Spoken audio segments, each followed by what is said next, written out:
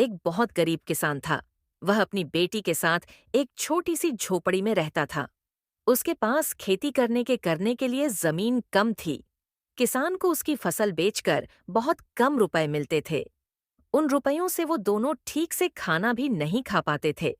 किसान ने सोचा कि क्यों ना राजा से मिला जाए। एक दिन किसान राजा के पास अपनी समस्या लेकर गया। राजा दयालु था।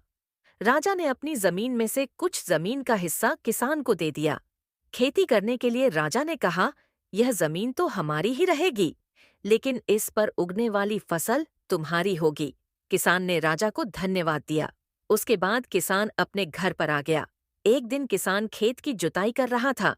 तभी उसका हल किसी कठोर चीज से टकराया। उसने वहां खोद कर देखा तो उसे सोने की एक ओखली मिली। किसान बहुत ईमानदार था। किसान ने अपनी बेटी से कहा, मुझे यह ओखली राजा के खेत से मिली है। इस ओखली पर सिर्फ राजा का हक है।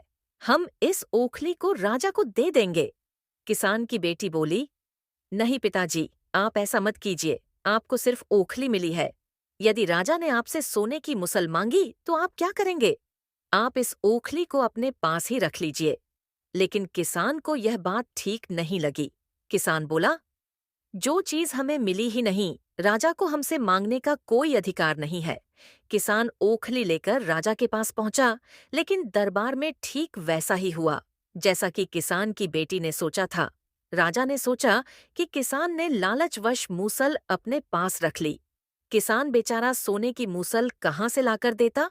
नतीजा यह निकला कि किसान को जेल में डाल दिया गया। जेल में किसान को ना ढंग से खाना मिलता था, न पानी। किसान को ऐसी गलती की सजा दी गई जो उसने की ही नहीं थी। किसान बिना खाए पिए निढाल हो गया था।